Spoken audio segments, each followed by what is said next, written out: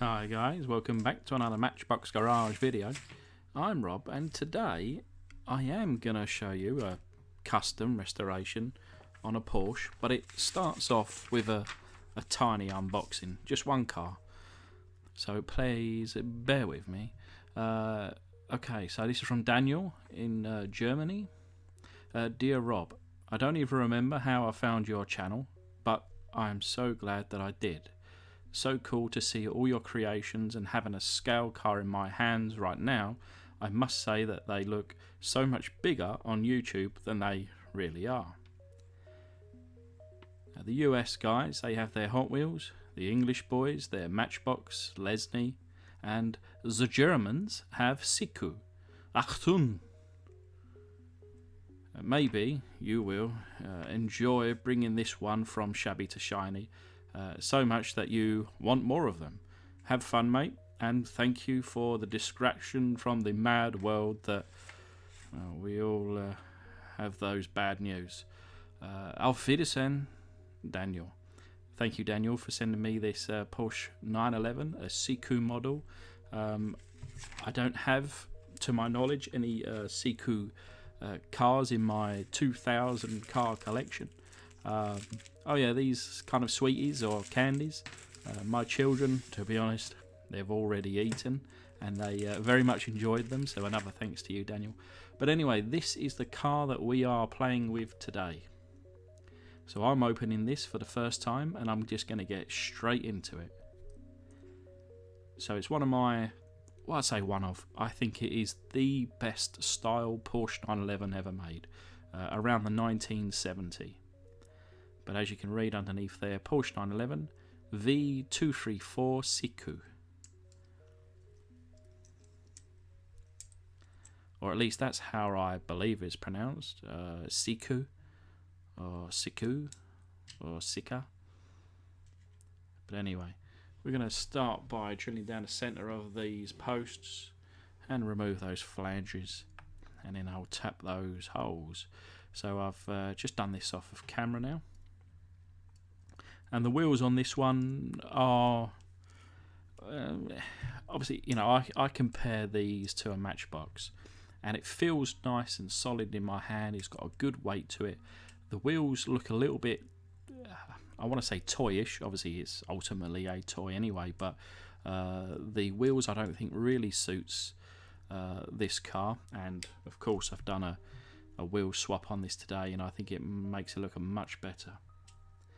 Now you can see that I'm struggling really to get this base off. For the most part, because I can see that the headlights there are coming through the body, what I really didn't want to do is force it for it to break. Because I've only got one of these, I don't have any backups, I don't have any spares, so I'm really, you know, I'm treating it with a lot of respect. To be honest, I just needed to just shove my screwdriver in there and pop it off. And that's what I did off camera. And finally, there she come, probably 10 seconds later. But I like the way the suspension is run on this car. Separately, similar to Matchbox, but certainly more sturdier, and it gives a good kind of bite to the ends of the axle. And I'm just gonna pop this off, and I kind of almost, well, I say struggle, it only takes a few seconds, but I get the original wheels out from this plastic retaining or suspension piece. But ultimately I still wanted to get the base into some stripper, not that there was any paint on it, but I like to just take down any kind of crud and crap that might be on there. And I actually do take off the plastic pieces. It's kind of like I guess like a very small rivet holding the plastic pieces on. It's just a slightly, just kind of, I don't know, mushroomed over. And I just needed to take the head off with the screw, or with the drill bit. And yeah, it come off, popped off quite nicely. I'm going to put these wheels to one side. I will keep them. Realistically, I can't see me ever using them, but you just never know.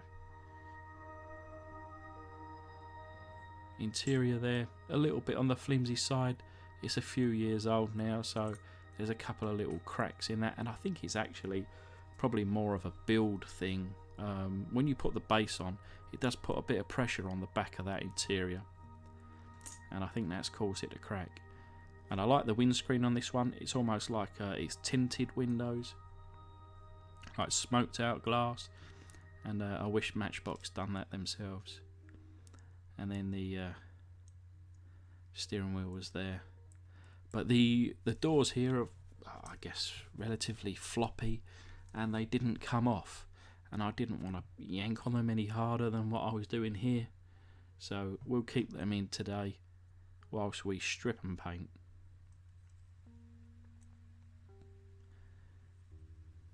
They seem extra floppy, like you can see there, but once the interior's back in, the glass, etc., it just kind of stiffens up, and actually it's not too bad.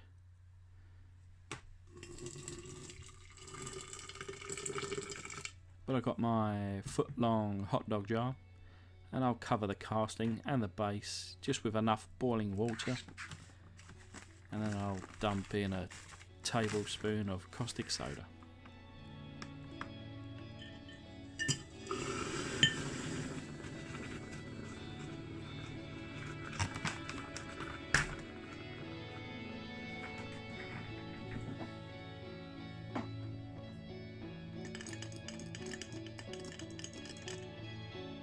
And actually it kind of bubbled up and the water went creamy, which is a good thing. It's a good sign.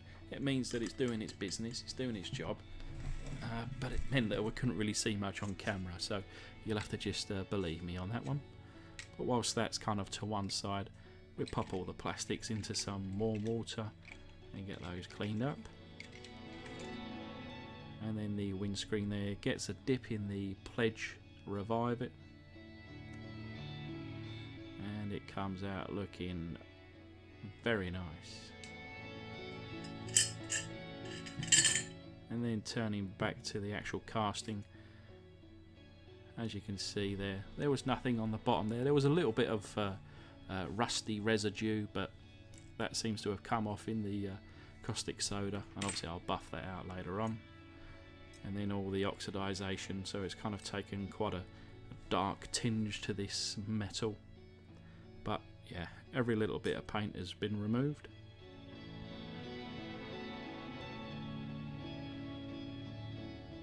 And I liked it all in one colour, and that's what's kind of prompted me to paint it all in one colour. But you can see, actually read now underneath, now that I've given it a buff up, using Ella's tool and the wire wheel for the end of it, and then the main casting there looking good as new.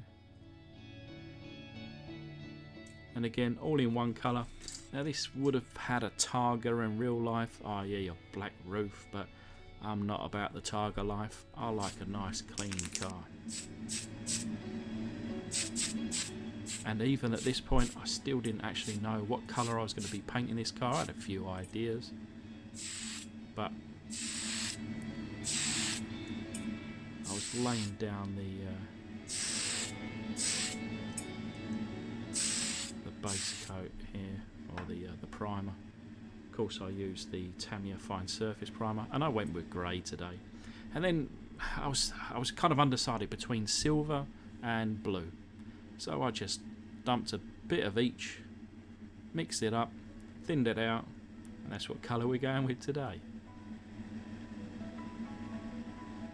So it's just another mix-up colour that I've created and put a claim to. But yeah, Vallejo, which some Spanish friends has confirmed correct pronunciation. Vallejo, or Vallejo, which is a bit easier to say. But I was a bit conscious here, not so much when I was doing the primer, but certainly for the main kind of colour of the car. I wanted to put just a very light initial coat down, but also concentrate on those door jambs and around the doors, get that dry, and then I can go on properly with the second and third coats, kind of with the doors closed.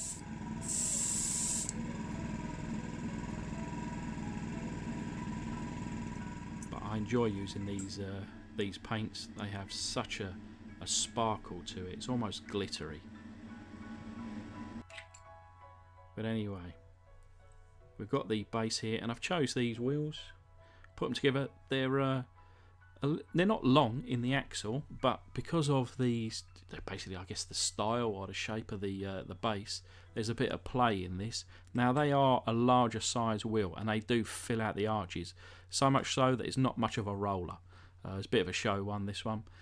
But if anyone does have any ideas on kind of how to really put some spacers, I'm all ears. And I painted the interior there cream, and then here it is. I think you'll agree that looks pretty nice, and it's got a nice shine to it. And there is no orange peel in this. It is the paint that's kind of sparkly. But as a little reminder of kind of what it looks like, because I forgot to do the picture at the beginning, and then now with all the added details. So you got the kind of front grille, side lights, indicators, a little bit of chrome in the door handle. Obviously you got the wheels there. And then around the back, you got the, again, brake lights, the reverse lights, the rear and I guess side indicators, a little bit of chrome in the Porsche and the 911 badge on the back there. I'd say the doors are not the best of closing. That's as good as they kind of can be, and there's a nice shine or glittery effect to this paint, and I love it. I'll remember, 2,000 likes, this could be yours.